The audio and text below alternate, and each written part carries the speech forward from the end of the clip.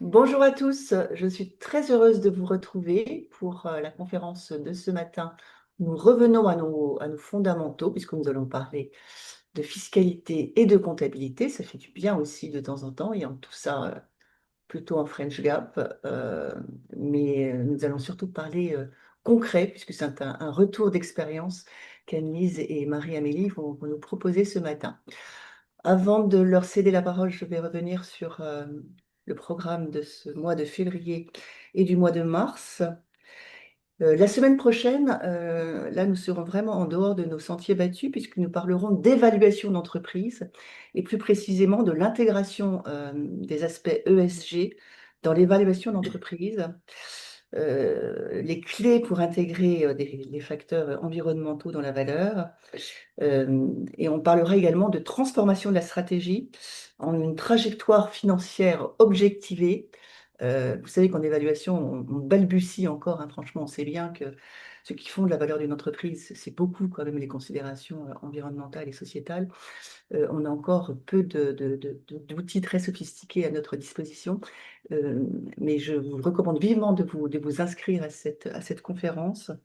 On va véritablement avancer avec de nouveaux concepts et de nouveaux horizons qui vont s'ouvrir à nous.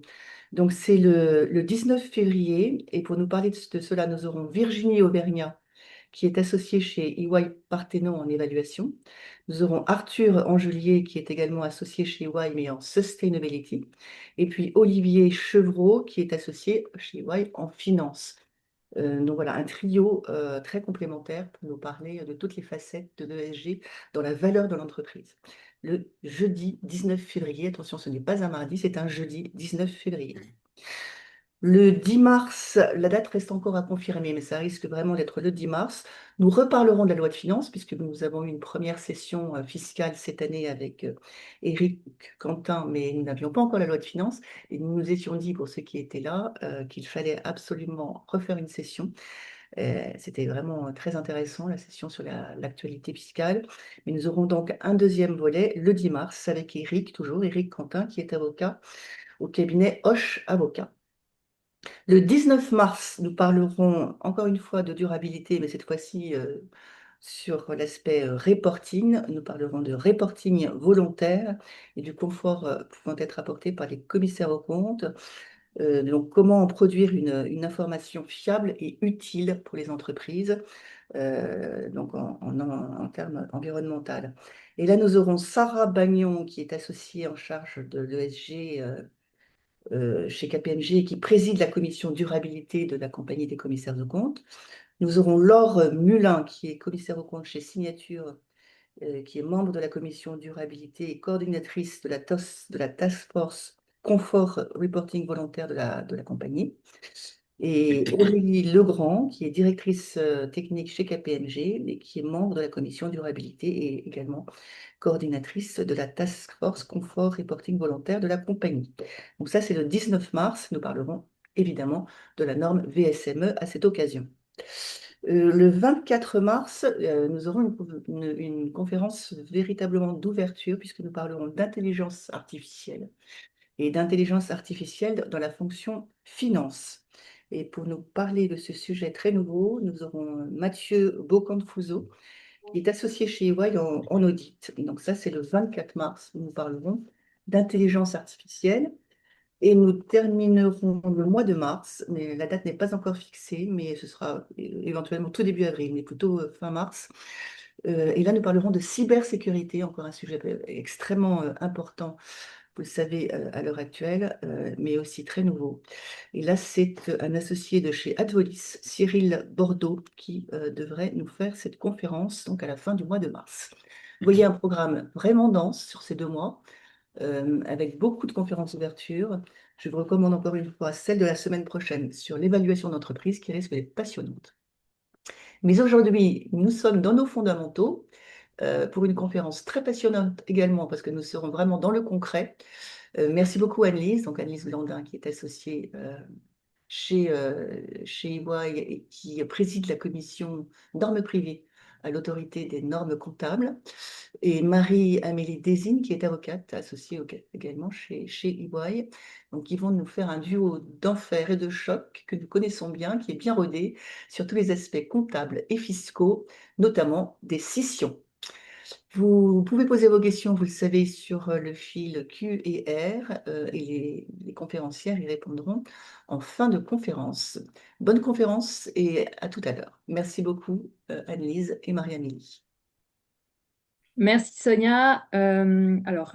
Bonjour à tous, hein, ravie d'être parmi vous pour effectivement vous reparler, enfin vous reparler parce que bon, on vient quand même régulièrement, des fusions et des scissions pour ce retour d'expérience donc fiscale au comptable. Donc je remercie Marie-Amélie de m'accompagner ce matin parce qu'il y a quand même un grand pan fiscal dans ces opérations et c'est important que l'on fasse ce duo à la fois comptable et fiscal.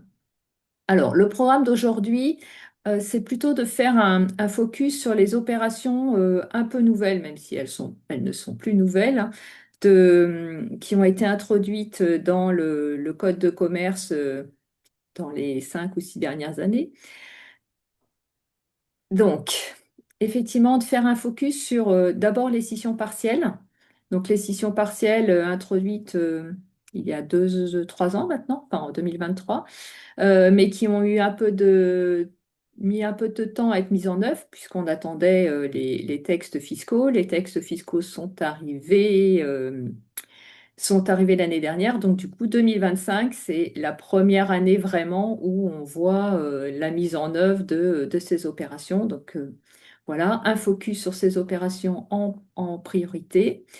Nous reviendrons ensuite sur les fusions entre sociétés sœurs sans échange de titres, opérations qui ont été également introduites dans le Code de commerce récemment. Alors là, on a un peu plus de recul, mais il y a quand même des questions du coup qui se posent en pratique, surtout des questions fiscales.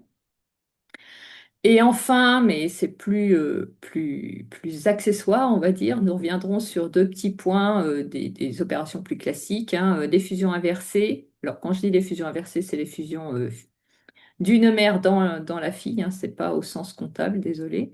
Et un petit point également d'attention sur les frais d'acquisition de titres.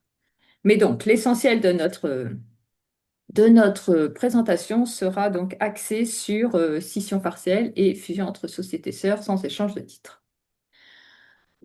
Donc, commençons immédiatement sur les scissions partielles. Donc, comme je vous disais, ces scissions partielles, qu'on appelle scission partielle, je vais revenir dessus, mais c'est un terme, c'est pas un terme juridique, hein, c'est vraiment un terme, on va dire, économique pour décrire une opération en substance. Ces scissions partielles, en fait, on a pris le parti de vous les présenter par comparaison avec les apports-attributions. Alors pourquoi? Ben, comme vous le savez certainement, on était habitué jusqu'à présent à faire des apports-attributions et le mécanisme dit des scissions partielles va certainement remplacer en partie ces apports-attributions. Donc on part de ce qu'on connaît, les apports-attributions, pour vous parler des scissions partielles. C'est un parti pris.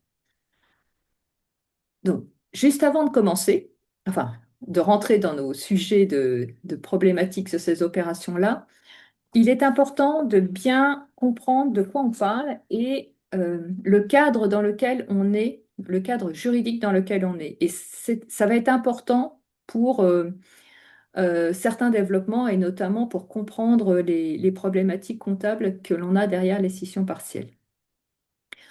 Pour toutes les opérations qui sont indiquées ici sur ce slide, donc apport-attribution, celle qu'on connaît, scission partielle, on va dire les nouvelles et les scissions, en fait, il y a un même objectif. L'objectif derrière tout ça, c'est une entité qui a envie de filialiser une activité et que cette filiale remonte au niveau de sa mère.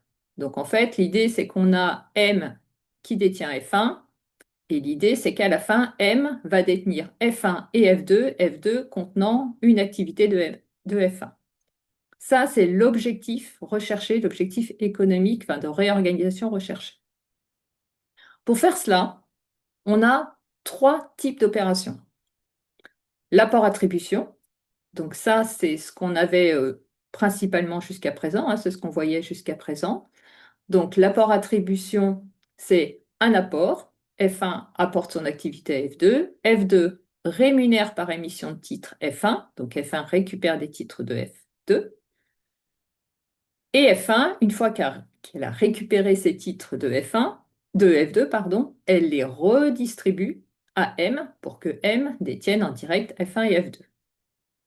Donc, apport-attribution, un apport avec une distribution. Donc, en 3 étapes et 2 étapes juridiques. Ça, c'est ce qu'on avait jusqu'à présent. Ce qui a été introduit dans le Code de commerce en 2023, c'est un apport, le même, F1 apporte toujours à F2, mais une option, donc une option qui peut être prise juridiquement, de non pas attribuer les titres à F1 en rémunération de l'apport, mais de les attribuer directement à l'associé de F1, donc à M dans notre exemple. Donc, c'est un peu plus simple que l'apport-attribution, puisqu'on arrive au même objectif que ce qu'on voulait dans l'apport-attribution, mais en une seule étape, c'est-à-dire un apport partiel d'actifs rémunéré par des titres qui remontent directement à M. Ça, c'est la scission partielle. Mais donc vous voyez bien qu'en fait, on parle de scission partielle, mais ce n'est pas une opération juridique en soi. On n'a pas une opération juridique qui s'appelle scission partielle. On a bien un apport pour lequel on a pris une option d'attribuer les titres directement à M. Et c'est important. Et enfin, un troisième cadre juridique, mais qui n'est pas du tout un apport, pour le coup, ce n'est pas un apport partiel d'actifs, c'est une opération ad hoc, juridiquement, c'est la scission. Donc, dans la scission, c'est le même objectif, hein, on a toujours M qui va à la fin détenir deux filiales différentes comprenant chacune une activité, sauf que dans la scission, F1 est dissoute cette fois, elle est scindée, ce qui entraîne sa dissolution, pour créer deux entités nouvelles, enfin dans notre exemple, hein, il y a d'autres variantes, mais pour créer F2 et F3, et F2 et F3 sont détenus par M qui, elle, fait un échange de titres entre les titres F1 antérieurement détenus et les nouveaux titres F1 et F2 et F3. Donc vous voyez qu'on a 3 formes juridiques pour un même objectif. Et sachant que dans ces 3 formes juridiques, il y a en gros 2 régimes juridiques. Il y a le régime juridique des scissions qui est à part, hein, c'est notre 3e exemple sur lequel on ne reviendra pas. Et puis, il y a les 2 variantes d'un apport partiel d'actifs. Mais c'est quand même un apport partiel d'actifs. C'est juste une variante sur l'attribution des titres qui est possible juridiquement. Donc voilà, il me semblait important de bien redresser ce tableau juridique parce que on a tendance à parler scission partielle en se référant peut-être à des mots de scission, alors qu'en vrai, enfin, juridiquement, on parle bien toujours d'un apport partiel d'actifs. Donc, maintenant que ce cadre juridique est dressé, je laisse la parole à Marie-Amélie sur le cadre fiscal de ces opérations. Oui, bonjour à tous. Donc, sur le cadre fiscal, donc, comme dit Anne-Lise, l'Anne-Lise vient d'expliquer, on vient de créer, quelque part, d'introduire dans le droit une nouvelle forme de scission, la scission partielle, et donc qui avait besoin d'un régime de faveur. Pourquoi? Parce que donc, dans le cadre de cette opération, s'il n'y a pas de régime de faveur, quelles sont les conséquences fiscales. Et si les conséquences fiscales sont défavorables, du coup, l'opération, quelque part, ne se réalisera jamais. Donc, pour bien comprendre ce qu'apporte le régime de faveur, ce qui est important, c'est de savoir qu'est-ce qui se passe s'il n'y en a pas. Donc, on a 2 opérations dans la scission partielle. D'abord, une opération d'apport et ensuite une opération d'attribution. Si on n'a pas de régime de faveur, l'opération d'apport, elle va être soumise donc, au régime fiscal de droit commun.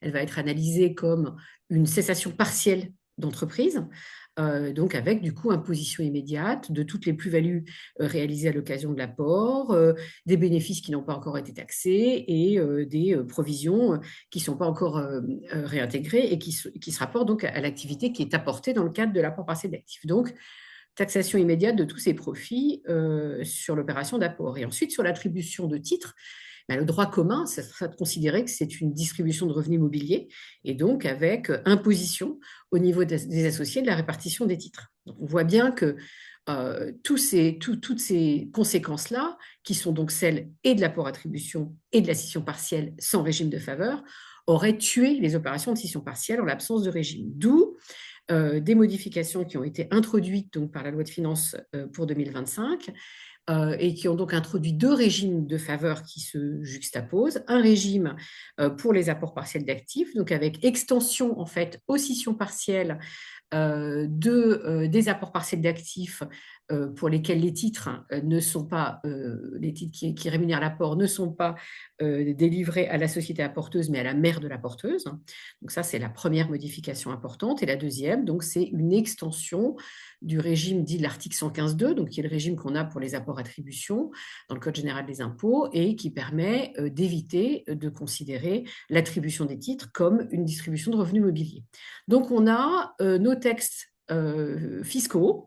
Quand je dis nos textes, ce sont les textes législatifs. On va voir qu'on a quelques petits trous dans la raquette qui nous dérangent un petit peu pour l'application pratique, parce que l'administration fiscale n'a pas commenté dans son BOFIP les scissions partielles.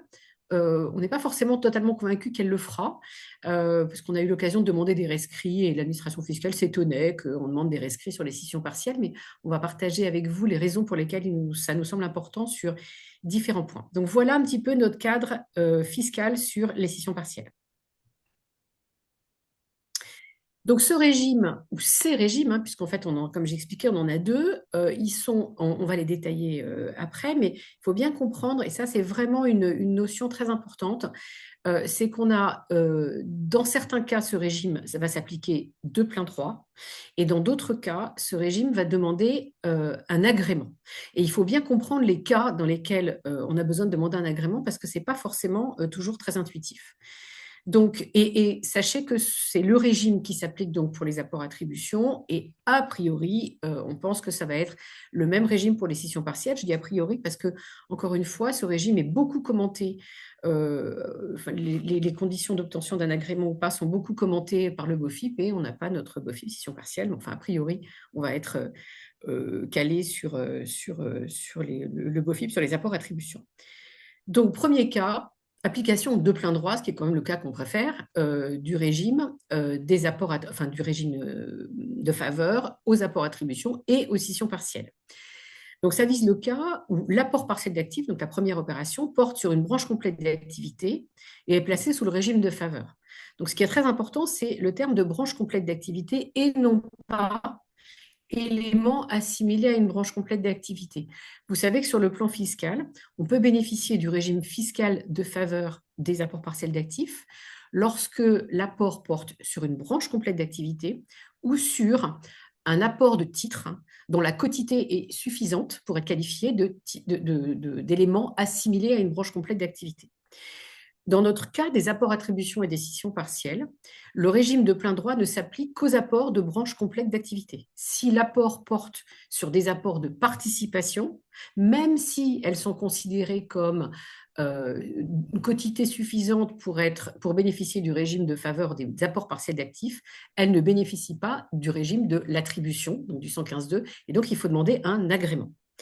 Donc, premier cas, opération de plein droit, donc l'apport porte sur une branche complète d'activité, est placé sous le régime de faveur de l'article 210A. La porteuse dispose encore au moins d'une branche complète d'activité à l'issue de l'apport partiel d'actifs, ce qui veut donc dire qu'il faut que la porteuse ait 2 branches complètes d'activité au moins avant l'opération. Et enfin, l'attribution des titres est réalisée donc proportionnellement aux droits des associés et elle a lieu dans le délai d'1 an à compter de l'opération d'apport.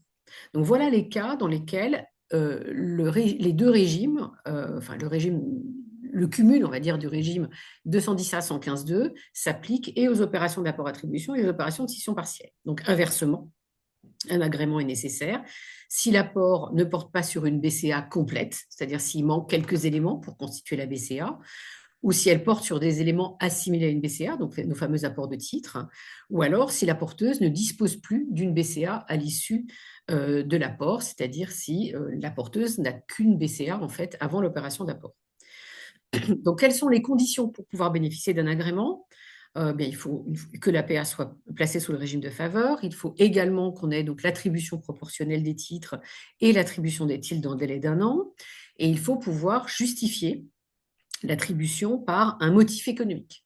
Donc, l'administration fiscale a abondamment commenté cet élément cette condition de motif économique dans son BOFIP.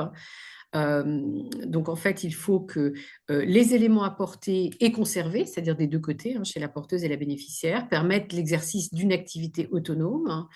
Il faut que l'opération ait pour objectif d'aboutir à une amélioration des structures.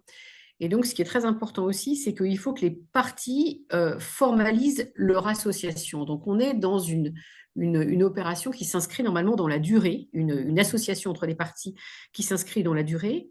Et de ce fait, les associés de la porteuse, qui détiennent au moins 5% des droits de vote de la porteuse, doivent s'engager à conserver pendant au moins 3 ans les titres reçus en contrepartie de l'apport et les titres détenus dans la porteuse. Donc ça, c'est vraiment la condition qui change la donne entre les opérations sous agrément et les opérations sans agrément, c'est ce délai de conservation de 3 ans qui pèse sur les associés de la porteuse, donc qui ont, j'allais dire majoritaire, mais enfin au moins 5%, on ne peut pas dire que ce soit majoritaire. Donc voilà un petit peu ce panorama. Il ne faut pas donc oublier qu'il y a des petits pièges entre opérations donc régime de faveur de plein droit ou régime de faveur sur agrément. Alors, maintenant que ce cadre juridique et ce cadre fiscal est posé pour nos opérations de scission partielle notamment et d'apport-attribution par comparaison, on vous propose de rentrer dans le détail de ces opérations selon là où on se trouve. Donc, on va déjà faire les opérations chez la porteuse, ensuite on fera chez la société bénéficiaire et ensuite on verra la situation chez l'associé, donc dans notre exemple M. Alors, en premier lieu, les conséquences et les traitements juridiques et comptables chez la porteuse, donc celle qui se défait de sa branche d'activité. Alors, l'avantage, en fait, sur les scissions partielles, on n'a pas encore parlé du cadre comptable, mais l'avantage sur les scissions partielles, c'est que l'ANC a pris très tôt le sujet, et on en avait, vous avez déjà présenté cette partie comptable, il me semble, il y a 2 ans. Et en prenant très tôt le sujet, on a du coup un cadre comptable assez clair sur la comptabilisation des scissions partielles. Je dis cela parce que d'abord, ça permet d'apporter effectivement de la clarté pour la scission partielle, mais surtout, finalement, par ricochet, ça nous permet de reconfirmer une pratique sur les apports-attributions, parce que sur les apports-attributions, on n'avait pas complètement de cadre comptable. On avait bien sûr un cadre sur l'apport lui-même, mais sur la partie attribution, c'était quand même un petit peu plus flou et on avait instauré une doctrine et une pratique de place, mais il n'y avait pas vraiment d'encadrement, ni chez la porteuse d'ailleurs, ni chez l'associé qui recevait les titres. Donc, le fait d'encadrer et de réglementer la pratique comptable sur les scissions partielles fait qu'on y voit finalement plus clair pour les apports-attributions, puisque pour une même opération, finalement, on doit avoir à peu près le même traitement comptable. Alors, concrètement, chez la porteuse. Du coup, je vais commencer par plutôt la scission partielle pour éclairer par rapport à l'attribution, à l'apport-attribution. Dans les deux cas, comme on l'a dit, juridiquement, je vous rappelle, dans les deux cas, c'est un apport partiel d'actifs. Donc, dans les deux cas, F1, elle fait son apport partiel d'actifs, donc elle sort ses actifs dans un traité d'apport classique. Ce traité d'apport est régi par la réglementation comptable sur l'évaluation des apports. Donc, c'est toujours notre même principe dans les fusions et opérations assimilées. On peut avoir un apport à la valeur réelle ou à la valeur nette comptable en fonction de la situation de contrôle et de l'intention de céder après les opérations. Donc ça demeure. C'est la même chose puisque nous sommes encore une fois dans la première étape dans un apport partiel. Ensuite, ce qui change, c'est que dans l'apport attribution, F1 reçoit une contrepartie de cet apport puisqu'elle reçoit des titres. Donc là, on enregistrait les titres en contrepartie de l'apport. Donc là, pour le coup, ça, c'était clair. Dans la scission partielle, la difficulté, c'est que F1 apporte ses actifs, mais elle ne reçoit rien en contrepartie, puisque ce qui va être reçu en contrepartie, c'est M qui va le recevoir. Donc, c'est là qu'on a eu besoin de règles comptables, et c'est là que le PCG dit, eh bien, la contrepartie de cet apport doit être imputée en moins des capitaux propres, et en fonction, donc en moins des capitaux propres, en fonction des modalités prévues normalement dans le traité d'apport. Et s'il n'y a pas de modalités prévues dans le traité d'apport, eh bien, c'est imputé sur le report à nouveau. Donc là, voilà, c'est clair, on a l'imputation. Donc si l'apport est fait à la valeur comptable, bah, ça s'impute à la valeur comptable, hein, c'est le cas le plus fréquent. Et si l'apport est fait en valeur réelle, ça s'imputera sur les capitaux propres en valeur réelle, on le reverra. Donc, plus de débat sur l'imputation sur les capitaux propres. Là, on a un cadre. Sur l'apport attribution, c'est là où il y avait un peu plus de flou, puisque effectivement, F1 récupérait les titres, mais F1 devait, dans une autre opération juridique, une distribution classique, hein, remonter les titres à sa mère. Et là, il y avait une pratique de place hein, qui disait qu'on remontait les titres à la valeur des titres qu'on avait au bilan. Mais c'est vrai que ce n'était pas complètement borné, puisque normalement, vous savez qu'une distribution en nature, normalement, on devrait la faire en valeur réelle et dégager éventuellement une plus-value. Là, ce n'est pas ce qui était fait parce que dans l'apport attribution, on considérait que c'était une opération unique, l'apport avec l'attribution. On était déjà en avance sur la scission partielle. Et donc, du coup, on considérait qu'il ne devait pas y avoir de dégagement de plus-value à l'occasion de la redistribution des titres.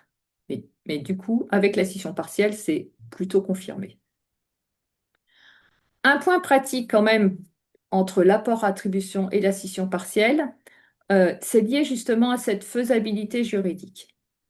Puisque, comme je vous le disais, dans l'apport attribution, c'est donc un apport suivi d'une distribution ou d'une réduction de capital, hein. Ça peut être toute distribution de capitaux propres, toute modalité de distribution de capitaux propres à M. Mais comme c'était une opération juridique définie, hein, la distribution ou la réduction de capital, il y a des règles de, il y a des règles pour que ces opérations soient réalisables. Notamment une distribution, il fallait que F1 ait des capacités distributives pour pouvoir remonter les titres. Donc, ça crée une certaine contrainte sur le fait de pouvoir attribuer les titres F2 que détenait F1 à M. Il fallait quand même que F1 ait soit les capacités distributives pour distribuer les titres, soit qu'elle ait assez de capital pour pouvoir permettre une réduction de capital. L'avantage de la scission partielle par rapport à ça, c'est qu'on ne parle plus du tout de distribution. F2 attribue directement les titres à M.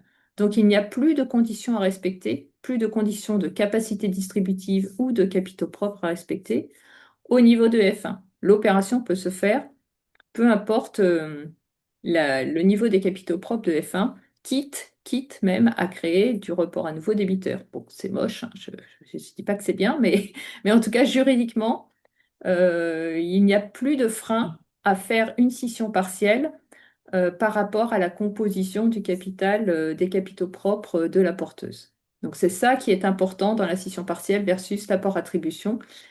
Et lorsqu'on a vu les opérations en 2025 là, se faire, hein, se mettre en œuvre, effectivement, c'est plutôt ce point-là qui a, outre la simplicité juridique hein, de faire une scission partielle par rapport à un apport-attribution, c'est ce point-là de la remontée des titres sans incertitude, puisqu'il n'y avait pas de contraintes liées aux capacités distributives, qui a fait que les entreprises ont choisi la scission partielle.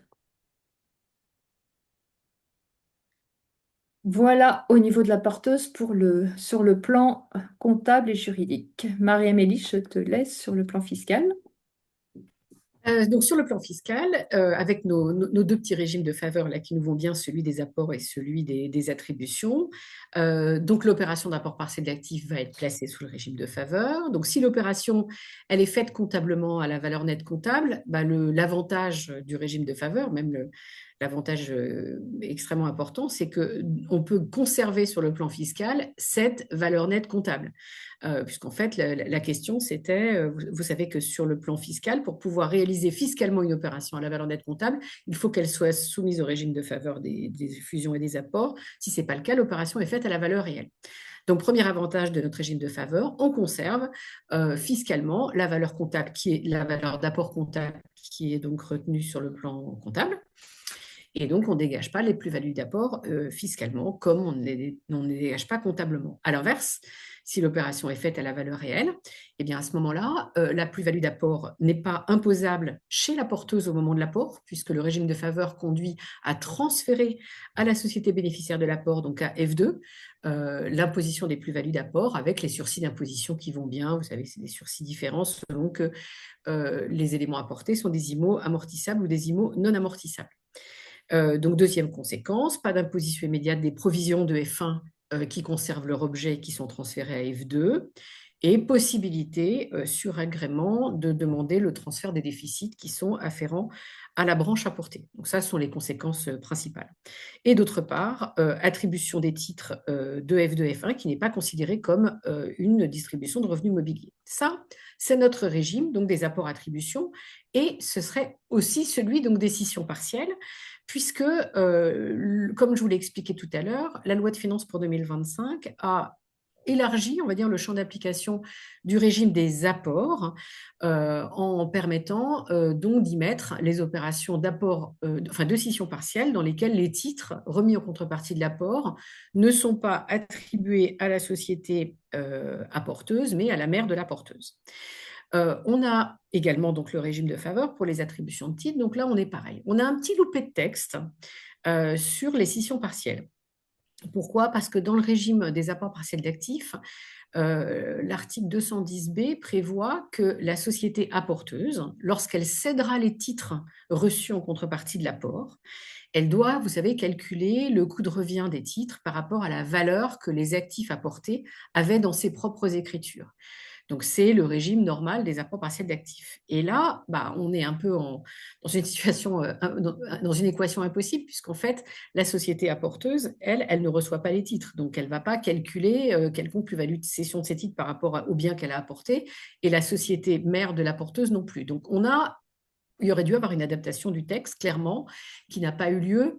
Donc, il y a eu pas mal de considérations pour savoir quels étaient les impacts, etc. Bon, ce qui est important, c'est que cette règle, donc sur les modalités de calcul de la plus-value de cession des titres reçus en contrepartie de l'apport, ça n'est plus depuis plusieurs années une condition pour bénéficier du régime de faveur des apports partiels d'actifs. C'est une conséquence du régime.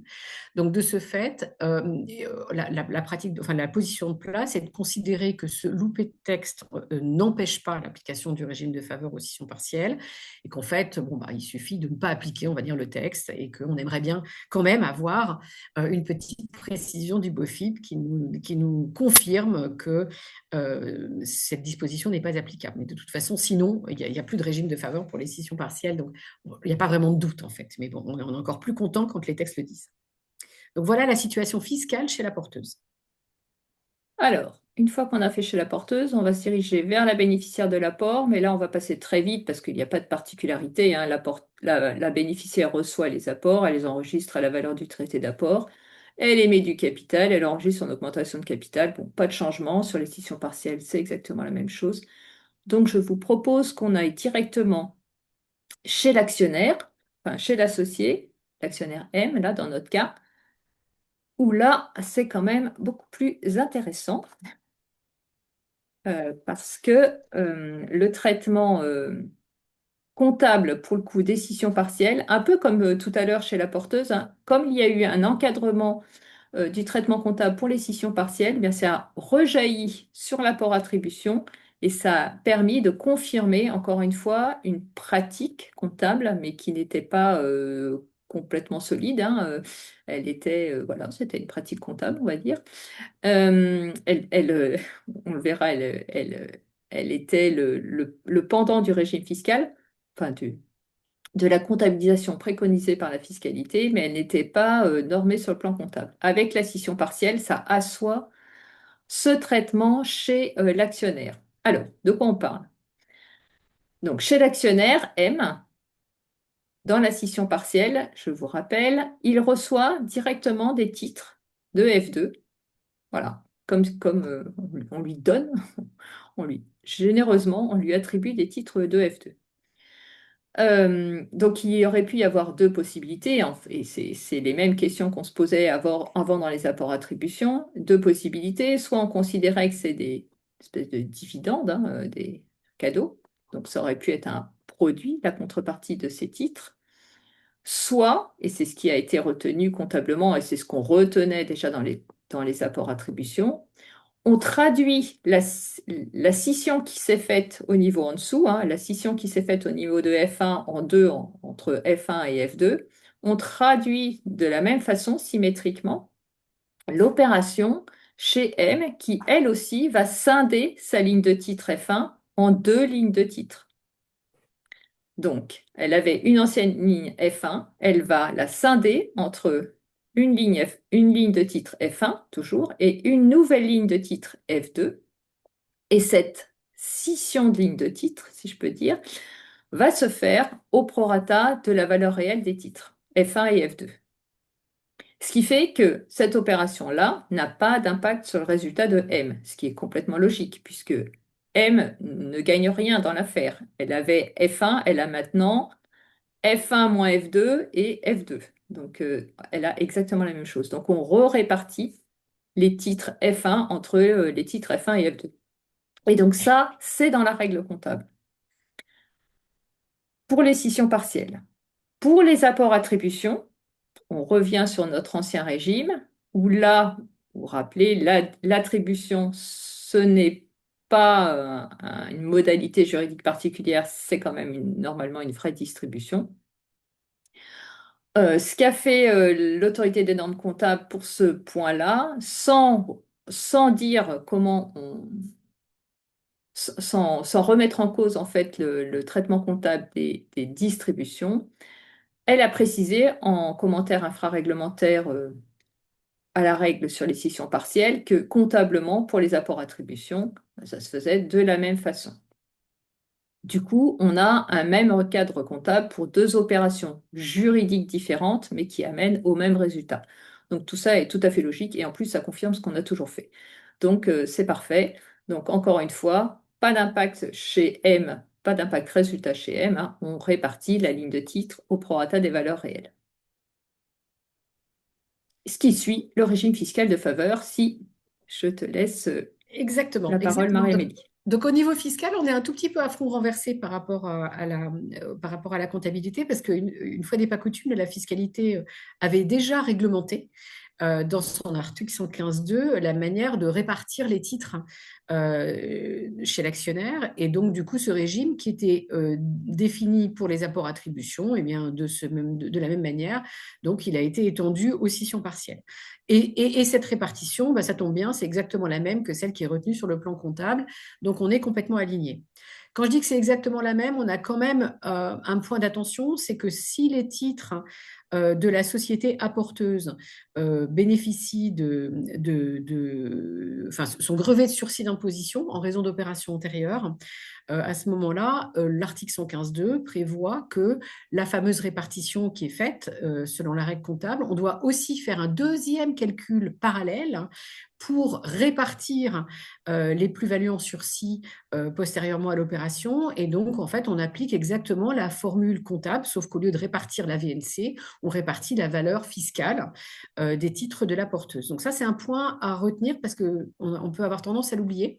Donc, point d'attention. Et d'autre part, dans ces cas-là, il ne faut pas oublier non plus de remplir l'état des plus-values en sursis d'imposition 54 septies pour pouvoir assurer le suivi des plus-values en sursis. Voilà le petit point. Donc, on est aligné, voilà, simplement avec la petite différence sur les sursis d'imposition sur le plan fiscal. En pratique, sur cette répartition, il y a deux questions qui se sont posées. La première, c'est quand on a des titres dépréciés, donc on est chez M, on avait des titres F1 qui avaient une dépréciation. Comment on répartit cette dépréciation au niveau des lignes, des nouvelles lignes F1 et F2? Alors, pourquoi on se pose la question? Parce que sur le plan comptable, on dit qu'on répartit la valeur nette comptable au prorata des valeurs réelles. Donc, on est au niveau de la valeur nette comptable. Donc, si on remonte, on, on doit retrouver la dépréciation et la valeur brute des titres. Et là, on a deux choix. Soit on répartit les dépréciations en fonction de la valeur réelle également, donc on fait le même prorata, ce qui peut être tout à fait juste, surtout si on ne sait pas trop sur quoi la dépréciation porte. Mais on pourrait aussi se dire que si on sait sur quelle activité porte la dépréciation à l'origine, par exemple, F1 avait deux activités, et il y a une activité qui va mal, donc c'est sur cette activité que porte la dépréciation. On pourrait aussi se dire qu'il serait plus logique d'allouer la dépréciation qu'au titre F2, par exemple, si c'est la branche complète activité en difficulté qui a été apportée. On pourrait attribuer toute la dépréciation au titre F2 et non pas au titre F1, ce qui permettrait, en cas de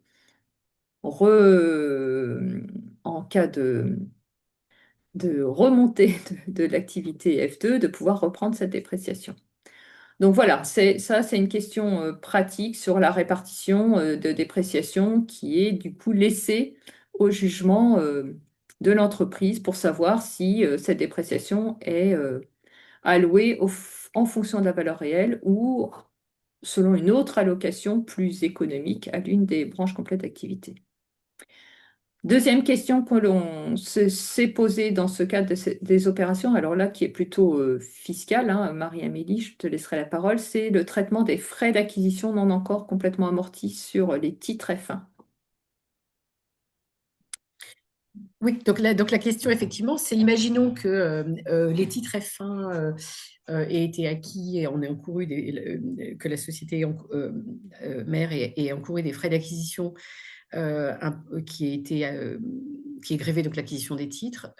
Vous savez que sur le plan fiscal, les frais d'acquisition de titres, il n'y a pas possibilité de les déduire immédiatement. Ils sont forcément réputés fiscalement être incorporés au coût de revient des titres et amortissables sur 5 ans. La question qui se pose dans ces cas-là, c'est imaginons que F1 que la société soit scindée donc avant l'échéance du délai de 5 ans. Est-ce qu'il y a possibilité ou pas de poursuivre l'amortissement des frais d'acquisition ultérieurement à l'opération, un bout sur F1, un bout sur F2? Comment on réalise? Là, pour l'instant, on n'a pas de texte, on n'a pas d'éléments. Et j'en profite pour faire une petite incise. On va en parler tout à l'heure parce qu'on a un peu le même sujet sur les fusions entre sociétés sœurs sans échange de titres. C'est un petit point d'attention que je partage aussi avec vous. C'est vrai qu'on a tendance à dire, oui, quand une opération est faite sous le régime de faveur, c'est bon, on est dans une neutralité. En fait, la neutralité, elle n'embarque pas forcément le régime des frais d'acquisition de titres, puisqu'en fait, la neutralité du régime des frais d'acquisition de titres, donc de cette poursuite d'amortissement pendant 5 ans, elle est organisée par le BOFIP, elle n'est pas organisée par la loi. Et le BOFIP n'a pas envisagé tous les cas d'opération de restructuration, ce qui fait que dans la logique du régime, normalement, on devrait effectivement avoir une neutralité, sauf qu'on n'a pas les textes qui vont bien. Et là, typiquement, on est dans un cas où on n'a pas de texte, que ce soit sur les apports-attributions ou sur les scissions partielles, c'est la même chose. Donc, du coup, je vous invite à faire attention quand il y a des frais d'acquisition de titres qui sont en cours d'amortissement et que vous avez une opération de restructuration, de bien vérifier que le BOFIP couvre bien votre opération pour pouvoir poursuivre l'amortissement des frais et que vous n'êtes pas dans une opération non prévue dans laquelle un petit rescrit pourrait être avantageux pour sécuriser la position. Alors, dans le cadre, toujours donc chez l'actionnaire M, ensuite on se pose la question de savoir quel va être l'impact de l'opération sur le régime long terme, court terme, en cas de cession des titres F1 ou F2 par l'actionnaire M. Donc, on va commencer par expliquer le régime des apports-attributions, parce que globalement, on est à peu près dans une situation équivalente sur les scissions partielles, modulo un petit point que je vais partager. Donc, l'apport-attribution, on a deux questions qui se posent, les titres F1, les titres F2. Donc, les titres F1, clairement, on nous explique que dans le BOFIP, qu'il n'y a pas d'interruption, et dans la loi, qu'il n'y a pas d'interruption du délai de détention du fait de l'apport-attribution. Donc, le fait que la répartition des titres, en fait, qui est opérée, n'impacte pas le délai de détention des titres F1. Et donc là, on est pareil en apport-attribution en scission partielle. En revanche, là où on a un petit décalage, c'est sur la cession des titres de F2, donc de la société bénéficiaire de l'apport, postérieurement à l'opération, que ce soit apport-attribution ou scission partielle. Pourquoi? Parce que le BOFIP, et là c'est vraiment le BOFIP qui prévoit, qui a donc une reprise de l'antériorité des titres de F1 si l'opération est placée en régime de faveur. Ce qui veut donc dire que les titres F2 reçus en contrepartie de l'apport, eh bien, ils vont être réputés détenus par M depuis la date à laquelle elle détient ces titres F1. Et le BOFIP nous prévoit que si les titres de la porteuse ont été acquis à des dates différentes, à ce moment-là, il y a une répartition proportionnelle qui est faite en fonction du nombre de titres. Et là où on est embêté, c'est que l'absence de commentaires, donc décision partielle dans le BOFIP, souvent on arrive à, on va dire, transposer un petit peu parce que ça résulte de la loi, mais là, ça ne résulte pas de la loi parce qu'on est sur le BOFIP. Et le BOFIP sur les apports-attributions prévoit en fait cette reprise d'antériorité lorsque les titres sont attribués par la société apporteuse. Et donc, a priori, donc, ça ne s'appliquerait pas à notre scission partielle en l'état. Donc là, c'est vraiment un point important qui nous a poussé, par exemple, sur certains dossiers qu'on a pu avoir, à vraiment demander un rescrit pour pouvoir sécuriser le fait qu'en cas de scission partielle, on pouvait bien reprendre l'antériorité du délai de détention des titres. Donc ça, c'est voilà, le point, on va dire, le plus important sur le manque, enfin, qui résulte en fait du manque de BOFIP sur les scissions partielles. Et un dernier point d'attention, enfin, c'est juste un petit point pratique, mais on vous rappelle que chez M, si on distingue deux lignes de titre, enfin, la ligne de titre F1 qui est scindée entre F1 et F2, c'est pas pour autant que F2 aura aura la même qualification comptable et fiscale que les titres F1. Je veux dire, les titres F2, ils sont quand même issus d'une nouvelle augmentation de capital, d'une nouvelle entité, imaginons, hein. Et donc, ils ont leur propre qualification comptable. Donc, tout ça pour dire que pour bénéficier du régime long terme, on vous rappelle, il faut quand même que ce soit des titres de participation ou alors qu'il y ait une inscription en sous-compte lorsque les titres ouvrent droit au régime mère-fille. Donc, attention à la qualification comptable des titres F2. Si ils ne répondent pas à la catégorie des titres de participation, notamment parce qu'il y a une intention de cession, attention à leur traitement fiscal ou à leur inscription dans une subdivision, dans un sous-compte, hein, le sous-compte régime mère-fille, pour, Long euh, terme. pour sécuriser le long terme. Voilà. Petit point d'attention aussi par rapport à ça. Donc, la question se pose aussi donc, de la conséquence d'un apport-attribution ou d'une scission partielle donc, sur le régime mère-fille, donc sur les dividendes qui ont pu être versés soit avant l'opération, soit après l'opération, donc soit par F1 à sa mère avant l'opération, soit éventuellement par F2 après l'opération. Là, le régime est prévu par la loi, donc on n'a pas de problème de transposition, d'extension, on va dire, du régime prévu pour les apports-attributions aux scissions partielles. Donc, les dividendes qui ont été versés par la porteuse préalablement à l'apport-attribution, bon, là, exactement le même raisonnement que pour le régime du long terme, il n'y a pas de remise en cause du régime mère-fille potentiel. Hein, donc, les titres échangés sont réputés détenus jusqu'à la cession des titres reçus en échange. Je fais un petit rappel. Pourquoi est-ce qu'en fait on se pose la question? J'aurais peut-être dû commencer par ça. C'est qu'en fait, vous savez que pour pouvoir bénéficier du régime mère-fille, il faut détenir au moins 5% des titres de la filiale pendant une période de 2 ans. Donc en fait, la question donc d'une remise en cause éventuelle du régime mère-fille ne vise que dans le cas où l'opération ferait qu'on passerait sous ce fameux seuil des 5%. Donc, lorsque les dividendes sont versés par la bénéficiaire postérieurement à l'apport-attribution, eh bien là, il y a reprise de l'antériorité des titres, exactement de la même manière que pour les plus-values. Et donc, de ce fait, ça nous permet de sécuriser la plupart du temps le régime mère-fille. Voilà. Donc, pareil, apport-attribution, scission partielle, pas de sujet. Alors, petite synthèse, du coup, finalement, sur notre petite pratique d'une année sur les scissions partielles. Bien sûr, pour les avantages de ces opérations, c'est la simplification, le cadre comptable clair, on en a parlé, et puis surtout la suppression de toute contrainte hein, liée au niveau des capitaux propres et du résultat chez la société scindée pour la remontée des titres. Donc c'est effectivement ce point-là qui ressort majoritairement pour faire ces opérations. En revanche, le contre, mais pas complètement contre, en fait, c'est qu'il y a donc, comme le disait Marie-Amélie, quelques petits trous dans le BOFIP et qui peuvent nécessiter, pour bien sécuriser la pratique, parfois le recours à un rescrit, comme on le disait. Donc voilà, je peux passer rapidement parce que je vois que l'heure tourne quand même. Euh, on voulait quand même attirer votre attention sur deux points, sur les scissions partielles, parce qu'il y a quand même deux points qu'il ne faut pas oublier.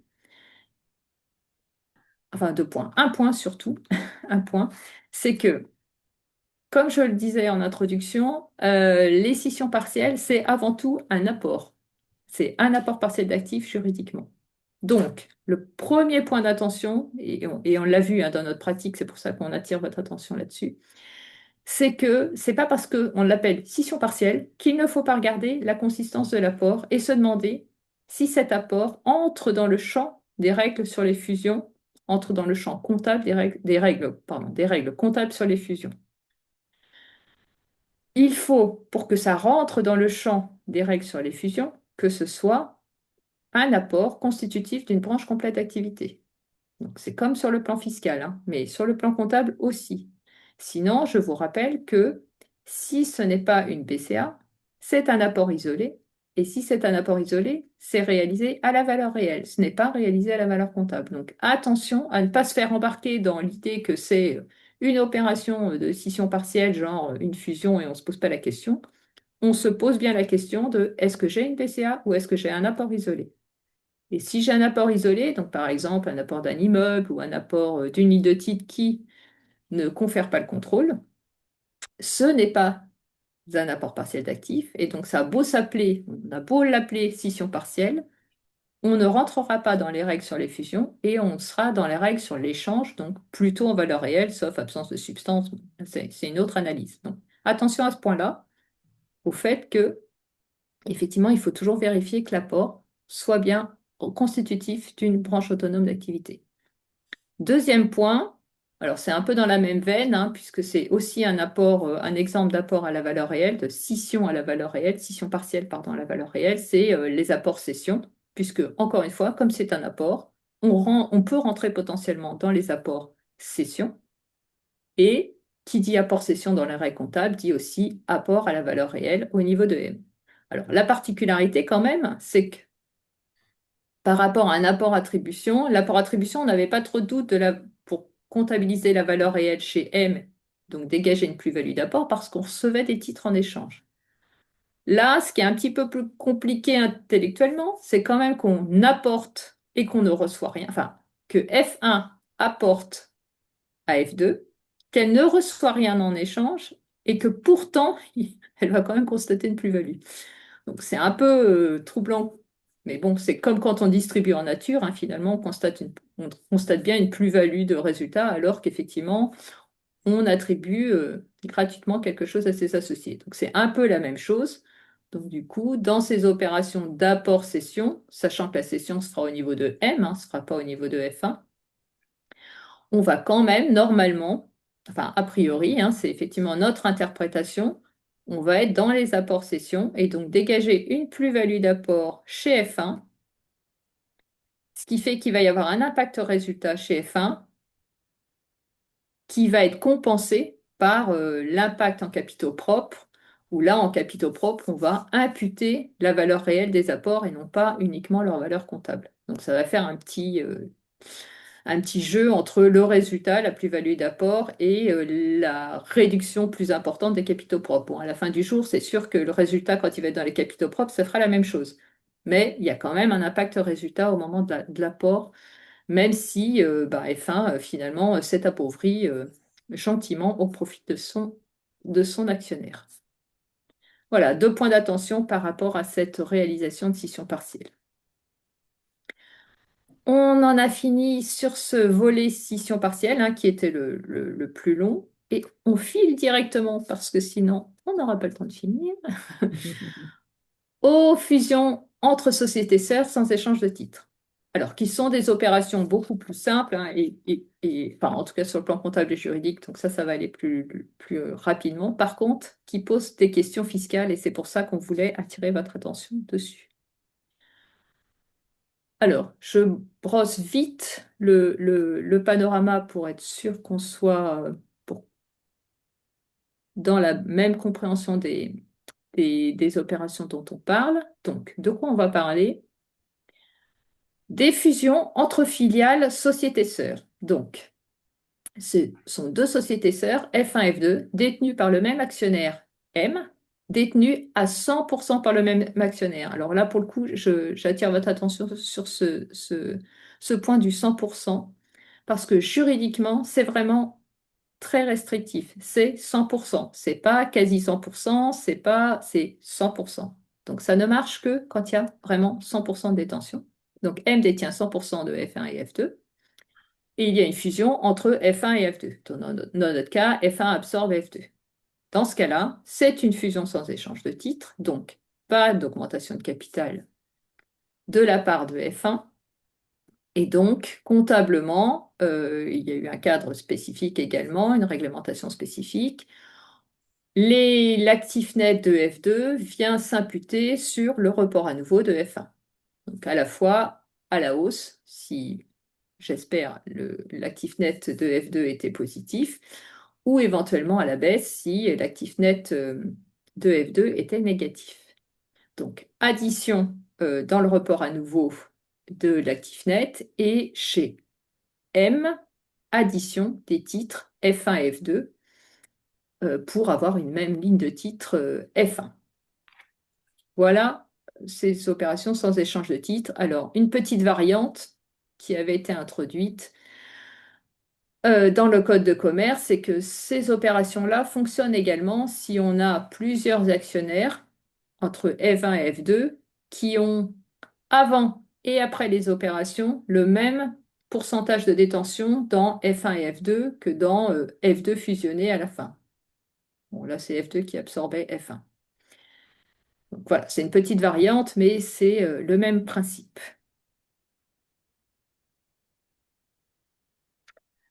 Alors, ce qui va nous intéresser là, c'est au-delà du traitement comptable qui est simple, hein, on additionne hein, à la fois chez F1 et chez M, c'est plutôt les problématiques fiscales attachées à ces opérations.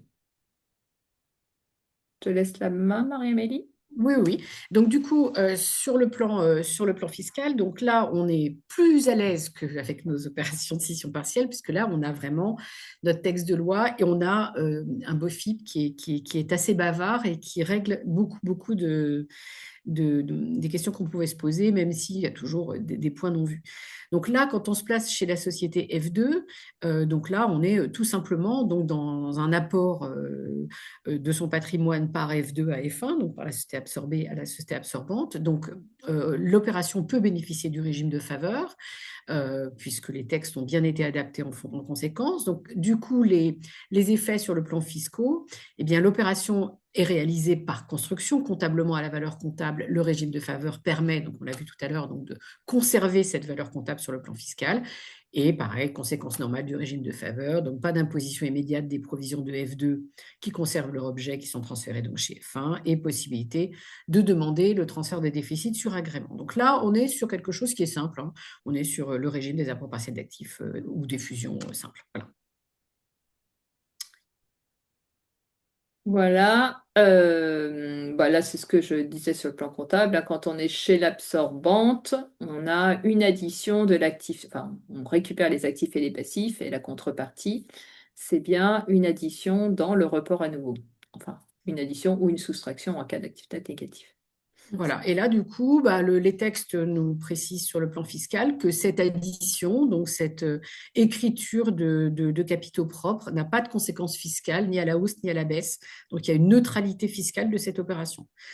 Donc là, simple, aucun retraitement, rien de particulier à faire chez l'absorbante. Et au niveau de la mer, bon, là, c'est pareil, ça illustre ce que je vous disais. On additionne les deux lignes de titre, c'est encore plus simple. Voilà. Et c'est là que fiscalement, les choses vont changer un petit peu. C'est essentiellement chez la société mère, parce que c'est chez elle qu'on va avoir le plus d'effets fiscaux. Donc déjà, sur cette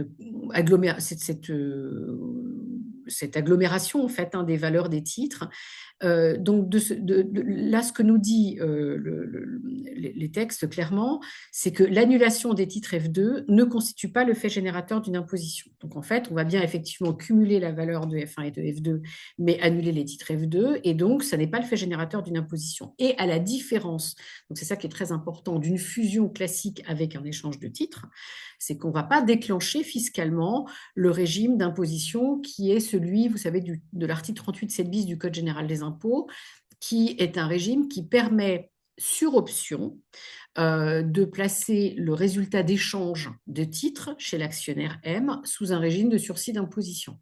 Ça, c'est le régime qui existe lorsqu'il y a un échange de titres. Là, il n'y a pas d'échange de titres, donc il n'y a pas d'option.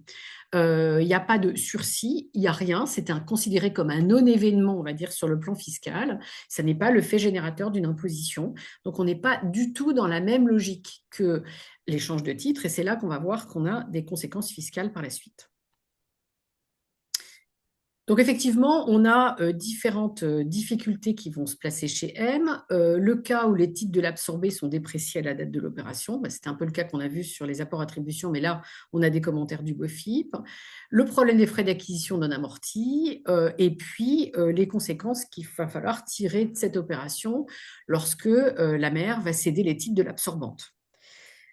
Donc, premier point, donc sur le cas où les titres de l'absorbé sont dépréciés avant l'opération. Donc, Annelise, comptablement, je parle à ta place.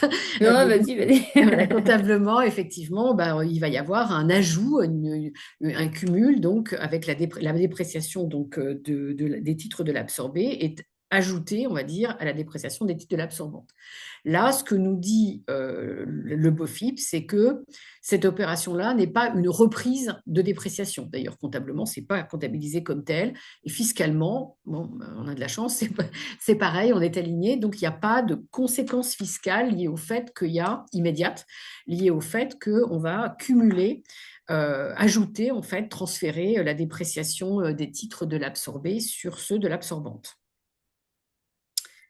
Mais du coup, effectivement, quand on est sur des titres dépréciés, donc on avait F1 et F2, il y en a une qui était dépréciée. Quand on cumule les deux lignes de titres, il se peut que F1, imaginons, F1 ait des plus-values latentes importantes et qu'elle compense du coup les moins-values sur le titre F2.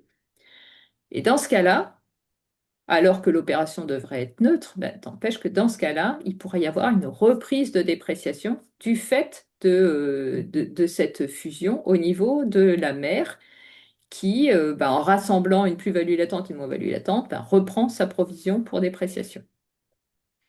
Et là, fiscalement, on va adopter exactement le même raisonnement sur le plan comptable. Là, en revanche, on rentre dans une vraie logique de reprise de dépréciation, donc avec l'impact résultat et le traitement fiscal qui doit aller avec.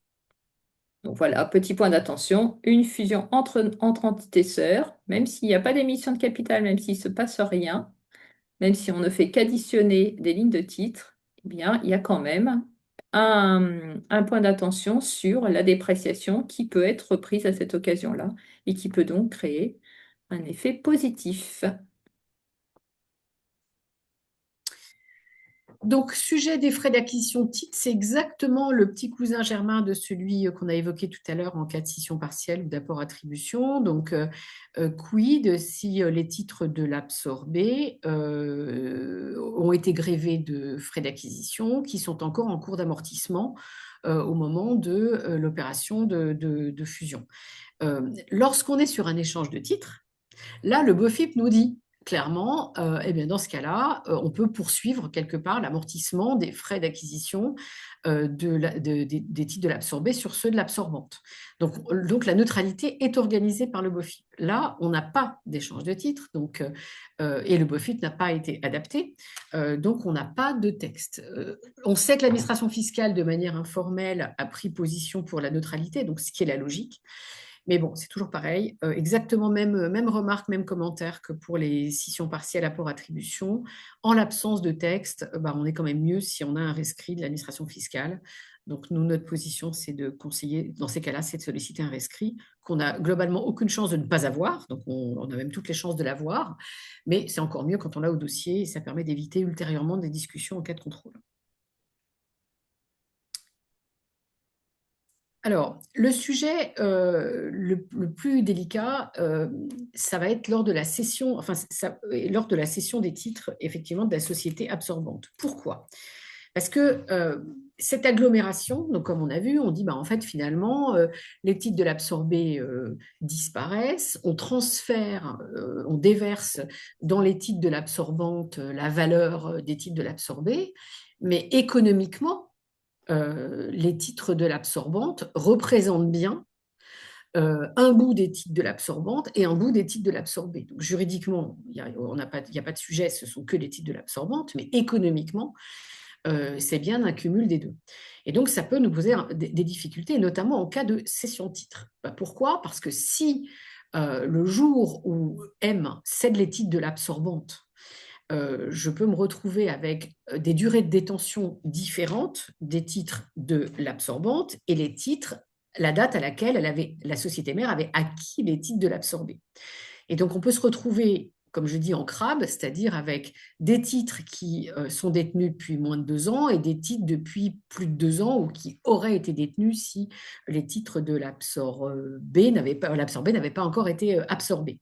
Et donc, de ce fait, on peut se retrouver avec un décalage de régime d'imposition. Ce point a été vu par la loi. Et donc, ce que nous dit la loi, c'est que dans ces cas-là, il faut considérer que lorsque la mère va vendre les titres de l'absorbante, elle va économiquement vendre un bout des titres de l'absorbé. Et donc, il va falloir répartir la plus ou moins value de cession pour déterminer la quote-part qui est afférente au titre de l'absorbé économiquement, de la quote-part qui est afférente au titre de l'absorbante. Donc, cette règle de 3, cette répartition, ne va se faire donc que dans le cas où les titres de l'absorbé et de l'absorbante sont susceptibles de ne pas relever du même régime, long terme, court terme. Si les titres relèvent dans tous les cas dans les 2 cas du long terme ou dans les 2 cas du court terme, cette règle n'a pas besoin d'être faite puisque de toute façon le régime long terme, court terme est automatique.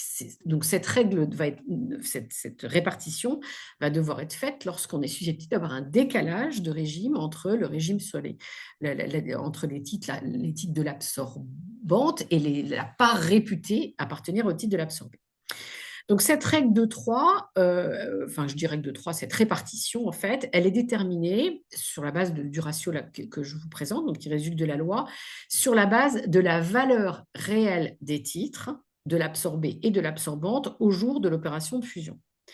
Et là, en fait, du coup, c'est un point d'attention important, c'est qu'on pourrait se dire, ah bah super, j'ai pas besoin d'aller déterminer la valeur réelle des titres, puisque dans mon opération, en fait, j'ai pas d'émission de titres, donc j'ai pas de parité, et en plus, mon opération, elle est faite à la valeur comptable. Oui, sauf qu'on est rattrapé potentiellement par la règle fiscale, donc uniquement dans ce cas-là, dans le cas, encore une fois, où on est susceptible d'avoir un décalage sur le régime long terme, court terme sur les titres. Mais donc, dans ce cas-là, pour des raisons fiscales, il y a obligation donc de déterminer la valeur réelle des titres. Donc ça, c'est un point à retenir, parce qu'on peut avoir tendance à dire, voilà, comptablement, juridiquement, pas besoin d'avoir la valeur réelle. On peut être rattrapé par la fiscalité dans des cas qui ne sont pas les cas les plus fréquents, mais donc qui peuvent exister, en tout cas qui sont prévus par la loi. Donc là, ce tableau, ça vous fait une petite synthèse de ce que je viens de vous expliquer, mais c'est expliqué autrement, donc peut-être que ça permet de bien l'assimiler. Donc là, on est en train de d'analyser donc le cas, les durées de détention des titres de l'absorbé et de l'absorbante avec l'impact sur le régime long terme, court terme. Donc, imaginons donc, le premier cas, donc les titres de l'absorbante F1 donc, sont détenus depuis plus de 2 ans. Donc, c'est notre flèche bleue à gauche, oui. Et si les titres de l'absorbé ont été acquis par M depuis plus de 2 ans aussi, et bien là, du coup, on se retrouve totalement à gauche, donc c'est la première colonne. Là, du coup, on ne se pose pas de questions, notre plus-value, elle va forcément, ou une moins-value, le résultat de cession, va forcément relever du long terme. À l'inverse, c'est la colonne tout à droite, c'est-à-dire le cas où les titres de l'absorbante sont détenus depuis moins de 2 ans et les titres de l'absorbé, F2, ont été acquis par M depuis moins de 2 ans. Là, on est tout à droite, tout relève du court terme. Et donc là où on a en revanche notre fameux ratio à faire, c'est lorsqu'on se trouve dans la colonne 2 ou la colonne 3, c'est-à-dire dans le cas où les titres F1 ont été détenus depuis plus de 2 ans et les titres F2 ont été acquis par M depuis moins de 2 ans, ou le cas inverse. Et donc ce qui est important, c'est de voir que la loi n'a pas prévu, et le BOFIP non plus, n'a pas prévu d'obligation de suivi. Et en fait, on est dans des situations qui sont extrêmement contre-intuitives et qui sont même potentiellement à risque si jamais l'entreprise ne suit pas régulièrement. Pourquoi? Prenons la colonne numéro 2. Donc, on est dans le cas de titres F1 qui sont détenus depuis plus de 2 ans. Mais en revanche, l'Absor B, ces titres avaient été acquis par M depuis moins de 2 ans.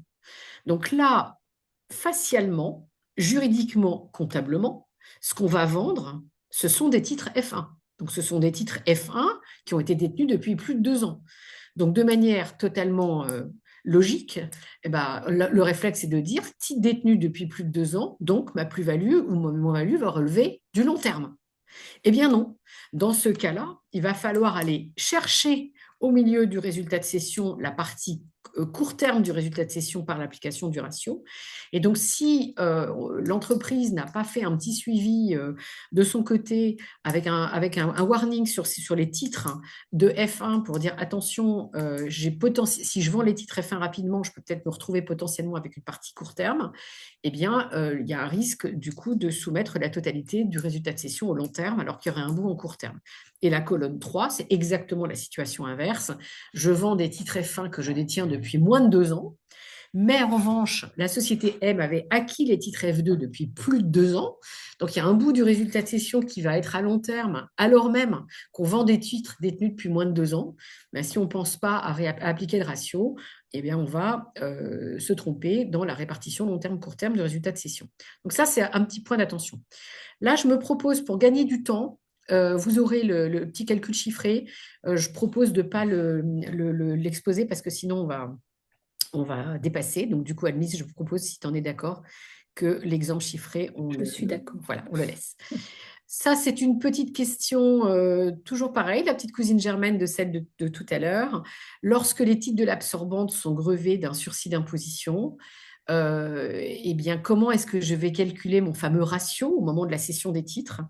Alors, le BOFIP le prévoit sans le prévoir, c'est-à-dire qu'en fait, l'exemple est faux.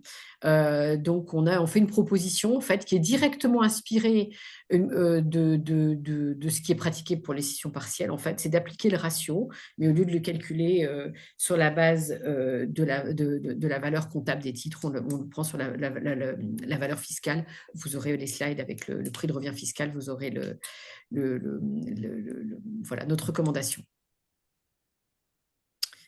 Impact sur le régime mère-fille. Alors là, on est exactement dans le même raisonnement que celui qu'on met sur les plus-values. Donc, comme je vous ai expliqué, pour pouvoir bénéficier du régime mère-fille, il faut garder donc un socle de 5% des titres de la filiale pendant au moins 2 ans. Et à ce moment-là, donc ça permet de conserver le régime mère-fille si l'opération est placée sous le régime de faveur. Là, en fait, ce que nous dit la loi, c'est, en fait, on va avoir exactement le même problème. Quand on va vendre les titres de F1, on va considérer qu'il y a un bout de titre F1 et un bout de titre F2.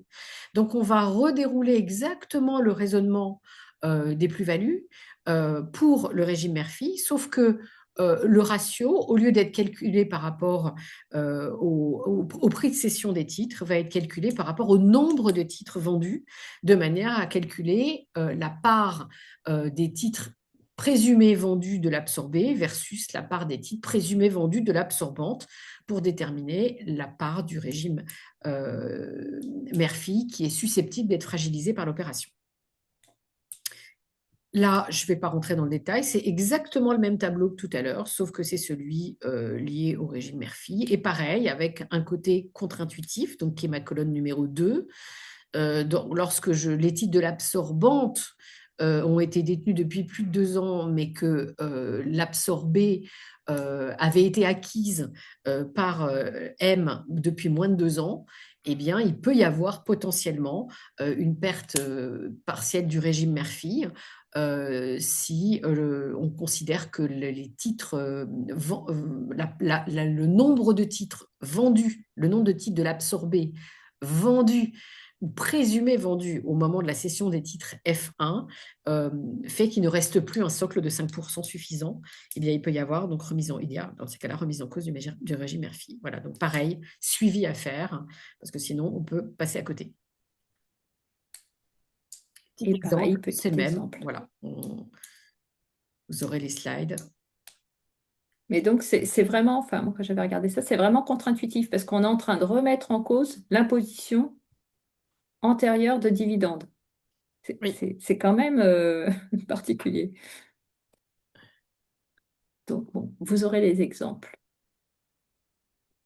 Voilà sur ces points pratiques et surtout les points fiscaux là d'attention sur lesquels Marie-Amélie a mis le doigt sur les fusions sans échange de titres. En fait, c'est pour dire que ces fusions sans échange de titres, ça paraît hyper simple en pratique, et c'est très simple en pratique, hein, c'est vrai, comptablement, mais en vrai, fiscalement, il faut quand même se méfier parce qu'il y a beaucoup de choses auxquelles penser, alors notamment quand les deux entités qui fusionnent sont effectivement, comme disait Marie-Amélie, une à long terme, une à court terme, et c'est ça qui crée des décalages et des vrais points d'attention sur les cessions de titres et sur les dividendes. J'espère que je résume bien, Marie-Amélie. Oui, oui, c'est Tu exactement me ça. contredis. Ce qui veut dire, dit autrement, que si lors de l'opération de fusion, l'absorbante détient les deux sociétés, pardon, la mère détient les deux sociétés depuis plus de 2 ans, il n'y a pas de sujet. Voilà. Ouais, c'est ça. Voilà. Alors, pour finir, on voulait juste attirer votre attention sur 2 points qu'on a, mais tout le temps dans les réorganisations. Tout le temps, on a des questions. Alors, à la fois des comptables et des fiscalistes, hein, mais on a tout le temps ces questions-là. Donc, ceux qui sont habitués dans notre auditoire à ces opérations-là, bon, ne vont rien découvrir. Mais ceux qui n'ont pas complètement l'habitude d'avoir des réorganisations, voilà, ça vous permet de mettre le doigt sur 2 petits points, enfin deux points qui posent toujours problème. Enfin, toujours question. Le premier point, c'est sur alors ce que on a appelé le piège des fusions inversées. De quoi on parle? C'est alors c'est encore une fois ce que je vous disais tout à l'heure, c'est inversé, c'est pas au sens comptable, hein, c'est au sens économique, c'est-à-dire que c'est une filiale A qui absorbe sa holding ou deux holdings qui s'absorbent entre elles, mais c'est vraiment la filiale qui absorbe sa mère. Et pourquoi? Bon, alors je ne vous refais pas le débat pourquoi on fait ces fusions-là, mais en général, là, dans mon cas, où c'est l'opérationnel qui absorbe sa holding, c'est parce que c'est beaucoup plus pratique en termes de transférabilité des contrats, des données, des problématiques sociales, etc. Donc, il y a énormément de raisons pour lesquelles ces opérations à l'envers, au sens économique, doivent être réalisées parce que dans l'autre sens, ça pose encore plus de difficultés. Là, le point d'attention, c'est ces opérations-là, c'est l'impact, alors j'en reviens, c'est l'impact sur les capitaux propres de cette fusion chez A. Et c'est ça qui est le piège comptable de ces opérations inversées. C'est l'impact sur les capitaux propres de cette opération chez A. Pourquoi? Parce que dans ces opérations inversées, il y a en fait 2 étapes chez B. Alors, oui, Désolée, hein, j'ai des mixtouilles de lettres. Bon, on reprend un exemple avec A qui est la holding et B qui est la filiale. Et B absorbe A. Deux étapes chez B. Une augmentation de capital pour rémunérer l'actif net apporté par A, classique. La seule chose, c'est que là, quand on rémunère les apports, les actifs et les passifs de A, bah, ce qu'on rémunère en général, c'est surtout ses propres titres.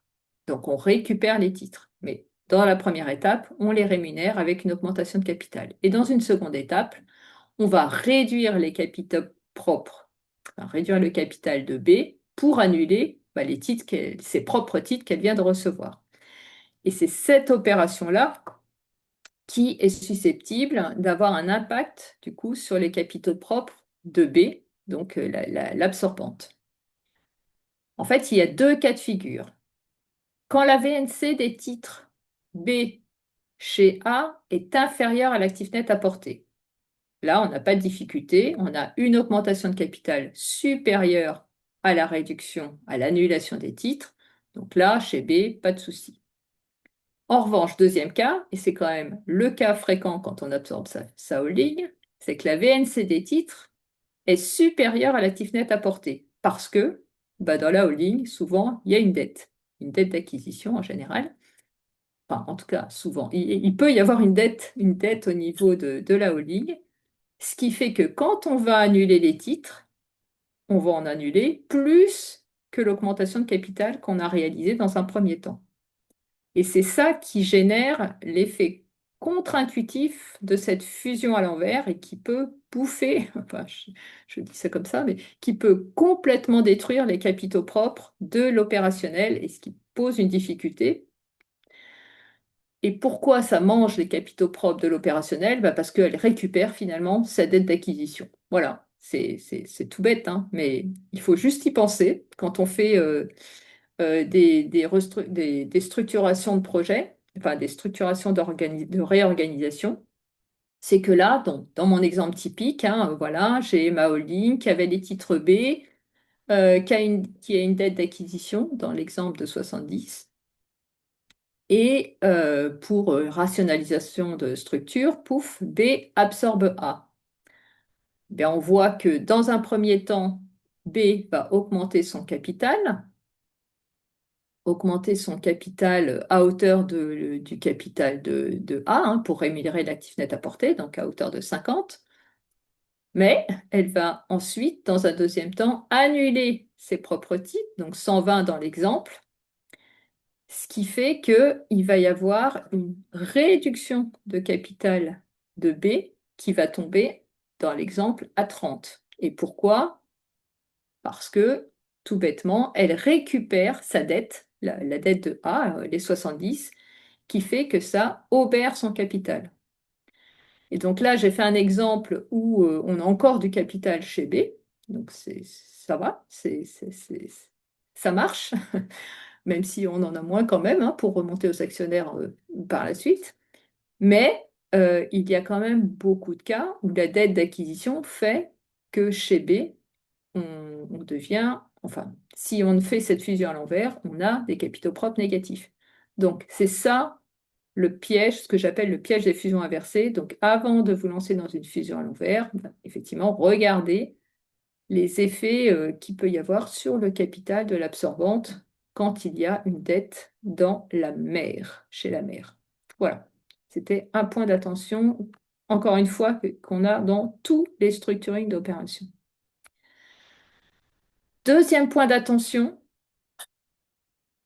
qui n'a rien à voir, c'est vraiment sans transition, c'est le traitement des frais d'acquisition de titres dans les fusions ou les TUP dites rapides, c'est-à-dire qui sont réalisées 5 ans, enfin dans les 5 ans après l'acquisition des titres. Donc on acquiert des titres d'une entité et on fusionne ensuite cette entité dans une autre entité avant que les frais d'acquisition de titres soient complètement amortis. Alors ça, c'est un vieux serpent de mer, hein, c'est pas du tout nouveau comme débat, mais c'est pareil, c'est un débat qui revient très régulièrement et non seulement sur le plan, bon, sur le plan comptable un peu moins, mais surtout sur le plan fiscal, parce que l'enjeu est avant tout fiscal. Euh, Donc, on vous refait un petit traitement sur les frais d'acquisition de titres, mais je pense que c'est pas ça le cœur du sujet. Donc, je vous rappelle quand même les frais d'acquisition de titres, deux modes de comptabilisation comptable, soit on les met dans le coût de l'actif ou dans le coût des titres, soit on les comptabilise directement en résultat. Donc ça, c'est un choix comptable. Et en face de ce traitement comptable à deux branches, il n'y a qu'un seul traitement fiscal. Il n'y a qu'un seul traitement fiscal, exactement comme je l'ai évoqué tout à l'heure. Donc, sur le plan fiscal, les frais font forcément fiscalement partie du coût de revient des titres et peuvent être amortis sur 5 ans. Donc, ce qui veut dire que le traitement va être différent ou les retraitements à effectuer vont être différents sur le plan fiscal selon le choix du traitement comptable retenu. Donc, si les titres si les frais d'acquisition ont été comptabilisés en résultat, eh bien à ce moment-là, il y aura une réintégration extra-comptable des frais l'année d'acquisition des titres et une déduction extra-comptable sur les 5 ans qui suivent. Et en revanche, si les frais d'acquisition ont été mis dans le coût d'acquisition des titres, eh bien, à ce moment-là, l'amortissement des frais d'acquisition se fait par la comptabilisation d'amortissement dérogatoire. Donc, ce n'est pas des retraitements sur le 2058, mais la comptabilisation d'amortissement dérogatoire, donc qui sont bien dans les comptes. Donc, ça, c'est notre petit décalage. Et on va voir que ce décalage de traitement a un impact en cas de fusion ou TUP lorsqu'il existe encore des frais d'acquisition non amortis. Annelise, vas-y.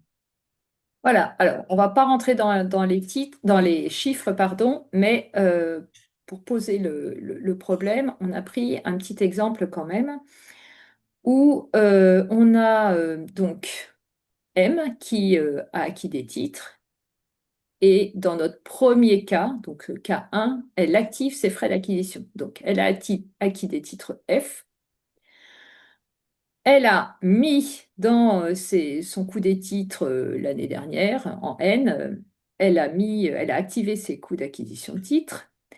Elle a testé à la clôture, c'est ça qui est important hein, aussi. Elle a testé la valeur de ses titres, y compris le coût d'acquisition. Elle n'a pas contesté de dépréciation, donc tout va bien. La valeur des titres F est justifiée au bilan de M. Mais en N+1, patatras, elle fusionne. Enfin, patatras. M décide de fusionner avec sa filiale, enfin d'absorber sa filiale.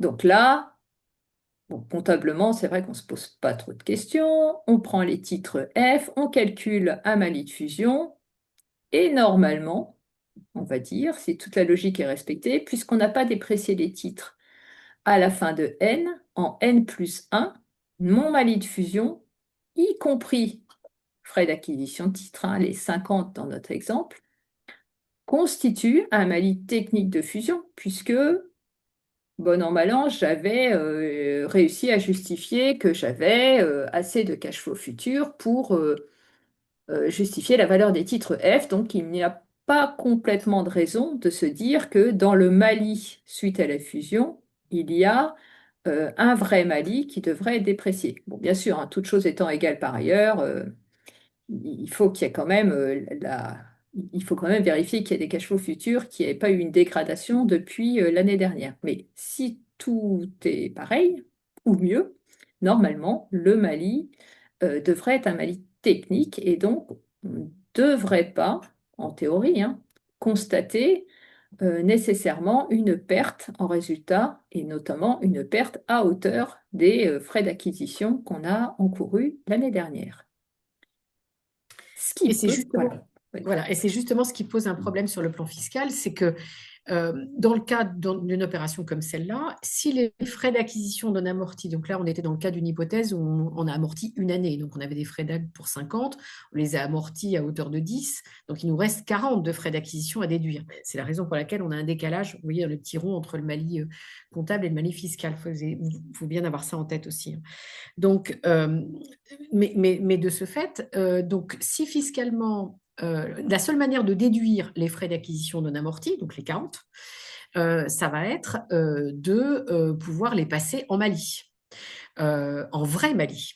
Et là, du coup, on est bien embêté sur le plan fiscal parce que si jamais comptablement la position est de considérer que les frais d'acquisition correspondent à du Mali technique, ça va quand même être assez compliqué sur le plan fiscal d'arriver à dire, bon, bah alors ok, comptablement c'est du Mali technique, mais bon, fiscalement c'est en fait du vrai Mali que je vais quand même essayer de déduire. Donc là, on est quand même très gêné. Et donc, on est typiquement dans une opération où on risque de perdre définitivement la déduction des frais d'acquisition non encore amortis. Donc ça, c'est le cas où on active comptablement. Voilà. Et donc, vous voyez bien que le seul moyen d'assurer la déduction fiscale, ce serait de se dire, bah, mon Mali, euh, il n'est pas justifié, enfin, son activation n'est pas justifiée à hauteur des frais d'acquisition. Ce qui est un peu contradictoire avec le fait qu'on ait déjà activé ces frais d'acquisition l'année dernière dans le coût d'acquisition des titres et qu'on n'ait pas déprécié. Donc, c'est Voilà. là où on a un petit sujet comptable. Deuxième cas de figure, beaucoup plus favorable sur le plan comptable, on a pris l'option de comptabiliser les frais d'acquisition en charge. Voilà, on s'est débarrassé du problème comptable. Les titres F sont pour 1000 à l'actif, on n'a pas les frais d'acquisition de titres, on les a passés en résultat, en charge. Et donc, du coup, quand on fusionne l'année d'après, eh bien, le Mali, il est comptabilisé il est calculé en fait sur les titres hors frais d'acquisition de titres, puisque ceux-là, on s'en est débarrassé. Donc, on a bien un Mali de 200, et là, pas de question à se poser, enfin, encore une fois, hein, toutes choses étant égales par ailleurs, c'est un Mali technique, mais on n'a plus ce problème des frais d'acquisition de titres pour savoir si on doit les comptabiliser en résultat ou pas. Est-ce que ça résout notre problème fiscal, Marie-Amélie, puisque là, pour le coup, on n'a pas de contrainte comptable à se dire que les frais d'acquisition de titres constituent une charge fiscale. Alors effectivement, là, ce mode de comptabilisation, en fait, déplace la responsabilité du sujet sur les fiscalistes, clairement. Donc déjà, je vous rappelle que sur le plan fiscal, donc le Mali, il va être d'un montant plus élevé, puisqu'en fait, comme nous, fiscalement, on considère que les frais d'acquisition sont dans le coût de revient des titres. Dans notre hypothèse, on n'en aura amorti que 10.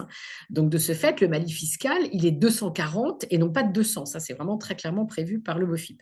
Et donc, la question, c'est, OK, j'ai du Mali technique à hauteur de 200, mais les 40 complémentaires que je passe, que je suis censé constater sur le plan fiscal, est-ce que je vais les considérer comme du vrai Mali et pouvoir déduire extra-comptable, enfin déduire ces 40, donc ce qui va être une déduction extra-comptable, ou est-ce que je vais considérer que en fait non, finalement j'ai pas eu enfin ça correspond finalement à une espèce de Mali technique, un complément de Mali technique. Alors, c'est sûr qu'on est moins mal à l'aise fiscalement pour tenter de déduire que dans le cas numéro 1, puisque là, effectivement, la page est blanche, il n'y a pas de traitement comptable pour ces 40 puisqu'ils ont été considérés comme étant en charge, donc il n'y a pas eu de prix de parti pris. Maintenant, là, dans le cadre de contrôle, on a eu régulièrement des sujets avec l'administration fiscale là-dessus.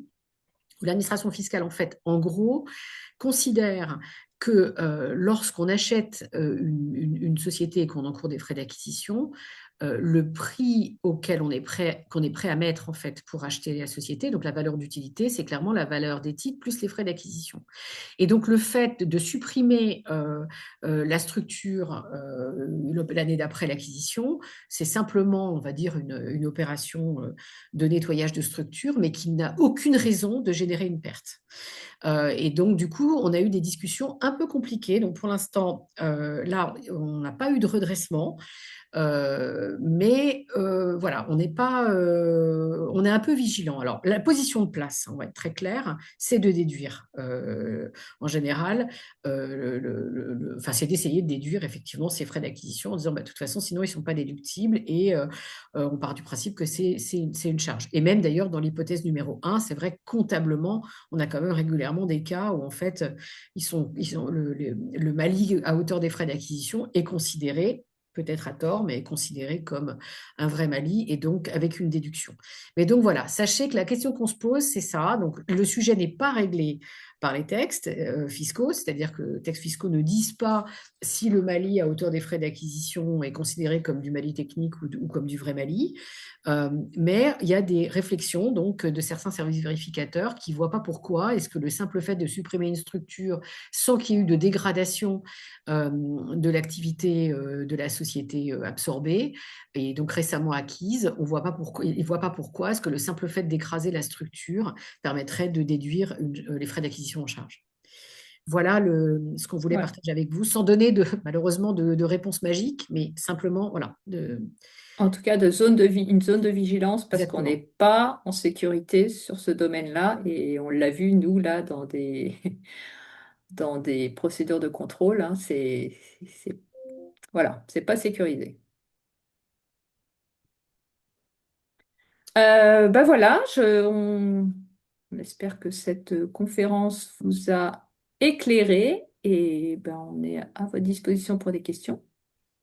Mille merci à toutes les deux, franchement, c'était top. Vous avez été particulièrement clairs. Merci pour ces points d'alerte là sur les fusions inversées, les fusions rapides. Sur les fusions entre sociétés sœurs sans échange, je crois que c'était limpide. En plus, on est accompagné d'un beau FIP qui est assez clair et qui est en ligne avec les positions habituelles. Un petit peu plus compliqué peut-être sur les scissions partielles. J'avais deux, trois petites questions et puis je vois qu'on en a quand même trois également. Il n'y a bien aucune condition chez l'actionnaire ultime pour la mise en place des dispositions relatives aux scissions partielles. Les conditions sont toutes sur les sociétés F1 et F2, Oui, par exemple, hein. Il n'y a pas de conditions ouais, particulières à remplir au niveau de l'actionnaire ou des actionnaires. Il peut y avoir plusieurs. non, non, Absolument. non. Mm. On voit la scission partielle est plus simple juridiquement. Qu'est-ce qui se passe quand dans la scission, on a une scission d'activité déficitaire, on flore à zéro dans l'allocation des valeurs? Tu veux dire qu'on pourrait apporter, enfin, il faudrait apporter Apporter une activité déficitaire? une activité dont la valeur est pas, voilà, est un peu fragile. Alors, un peu fragile. Je ne connais pas, mais c'est supérieur à zéro ou inférieur à zéro. Parce Euh, qu'il faut toujours qu'un actif apporté se libère du capital. Parce que dans une scission partielle, il y a une augmentation de capital, hein. Donc, il faut quand même que, de toute façon, l'apport soit positif. En tout cas, en valeur réelle. Il faut qu'il y ait d'accord. une libération du capital. Ou au Donc moins ça ne égal à change pas en zéro. fait. Sur Hmm. les apports, c'est toujours la règle. Encore une fois, la scission partielle, j'insiste vraiment dessus, mais c'est d'abord un apport partiel Oui, d'actif, d'accord. juridiquement. Avec Donc toutes il les règles faut, habituelles. voilà, avec toutes les règles qui sont afférentes. Hmm. Donc non, un apport partiel d'actif négatif, un truc qui vaut moins que zéro, bah, c'est pas possible. C'est pas Hmm. parce qu'il y a une scission partielle qu'on pourra le faire. D'accord. D'accord. Et puis vous parliez beaucoup de rescrits par prudence, hein, de demande de rescrits. Dans votre expérience, les rescrits, quel que soit le sujet, sont assez faciles à obtenir? Alors, je dirais pas ça. Euh, alors, d'abord, on obtient des réponses dans des délais finalement relativement raisonnables, donc entre 3 et 6 mois. Alors, c'est vrai que sur une opération de restructuration, ça peut être gênant parce qu'on a besoin de l'avoir avant. Donc, c'est pour ça qu'il faut vraiment essayer d'anticiper au maximum. Et en revanche, des rescrits express, on n'arrive pas à les avoir. Alors, en dehors du cas, je ne traite pas le cas où le groupe est dans la relation de confiance, où là, effectivement, enfin, ou dans le partenariat, ce qui permet effectivement d'avoir du coup accès à des rescrits plus rapides. Mais donc, rescrit pour opération de restructuration, il faut prévoir quand même le temps. Mais en général, alors c'est toujours pareil, hein, il ne faut pas demander un truc complètement absurde, mais si on demande la confirmation de position, par exemple, comme là, sur tous les points qu'on a évoqués, oui, globalement, on les a. L'antériorité du délai de détention, par exemple, sur Oui, les oui, oui. Bah ça, partielles. par exemple, on l'a eu. Typiquement, on l'a eu dans une opération et on a eu le rescrit en 3 mois. D'accord, très bien, c'est rassurant. Sur ces opérations, on a une question. Est-ce que la Ouais. différence entre apport-attribution et scission partielle ne tient pas également au fait que dans le cas de l'apport-attribution, il y a une activité préexistante, ce qui n'est pas le cas dans la scission partielle où la F2 est une société nouvelle? Alors, pas nécessairement. C'est vrai qu'on a fait cas, le cas d'une scission partielle avec, enfin souvent on parle d'une société nouvelle, mais c'est pas le cas. Encore une fois, la scission partielle, c'est qu'un apport classique. Donc on peut aussi apporter une société non nouvelle, hein. On n'est pas obligé d'apporter une NewCo. Donc pour ça, en fait, il n'y a aucune différence. C'est encore une fois un apport partiel d'actifs classique. Et c'est D'accord. juste qu'on prend une option d'attribuer les titres à son associé. Mais Mm, c'est vraiment la même chose. mm. D'accord. Oui, oui, c'est Et pour important de... la deuxième question, je vois le régime de fusion sans échange de titres est-il obligatoire? Alors, le régime, j'imagine, Juridique. juridique, l'absence d'émission de titres, je suppose que c'est ça la question. Et si c'est ça, oui, c'est obligatoire. On ne peut pas opter pour une augmentation de capital. Et Ce qui est vraiment un point important parce Hmm. que on a souvent le cas en disant mais non mais c'est pas grave, je vais rester sous le régime normal, mais non en fait c'est vraiment un régime obligatoire. Voilà. Et si on veut une émission de titres, il faut faire rentrer un minoritaire. Voilà. D'accord. OK. Enfin, un Très clair. minoritaire. En tout cas, il faut que la détention ne soit pas à 100%. Et puis, alors, on a une question très précise sur la slide numéro 39 Ah. sur le sort de l'amortissement dérogatoire qui est comptabilisé chez la mère sur les frais d'acquisition de titres. Alors, la 39. Ah bah c'est celle-ci. Donc, quel est le sort de l'amortissement dérogatoire comptabilisé chez la mère? En fait, Euh, je pense que la question, c'est, enfin, elle est fiscale en partie, hein, c'est de dire que à partir du moment où les titres sont absorbés, on reprend les amortissements dérogatoires qui ont pu être passés sur les frais Ah, d'acquisition. hmm, Je pense que c'est ça, hein. oui, c'est Donc, il y a ça. une reprise comptable des amortissements dérogatoires, logiquement, puisque les titres sont annulés. Et là où on a aussi un trou dans les textes, hein, c'est que normalement, bah, fiscalement, enfin comptablement, une reprise, ça fait un produit et en théorie taxable. Et en fait, si on taxe cette reprise d'amortissement dérogatoire, en fait, on annule, on revient sur la déduction des frais d'acquisition. Donc la position qu'on avait prise en son temps dans le mémento et qui est toujours, en fait, c'est de considérer que pour nous, cette reprise n'est pas taxable, mais on n'a jamais réussi à le sécuriser. Enfin, on n'a jamais cherché d'ailleurs, hein, je crois qu'Anis en avait parlé au moment des fonds de commerce, mais on n'a pas sécurisé cette position auprès de l'administration fiscale. Non, mais effectivement, la position, c'est de dire bah, chez M, on reprend par résultat, hein, une fois qu'on n'a plus la filiale, on reprend par résultat ces amortissements dérogatoires et on réintègre, c'est ça? Enfin, on n'impose pas, en tout cas On fiscalement. déduit extra-comptablement le Voilà, on produit. déduit extra, oui, j'ai jamais, on déduit extra comptablement. Pardon. D'accord. Bah, écoutez, un grand merci. Franchement, c'était super clair, extrêmement pédagogique. Votre duo fonctionne à merveille. C'est toujours un Merci. plaisir de vous écouter. Je rassure tout le monde, bien sûr, nous aurons les slides dans la matinée. Nous pourrons refaire les exemples chiffrés. Et puis, à l'année prochaine, peut-être pour de nouvelles aventures fiscalo-comptables. Un Avec grand merci, en plaisir. tout cas, à vous. Merci. Merci. Au revoir. Au revoir. Au revoir.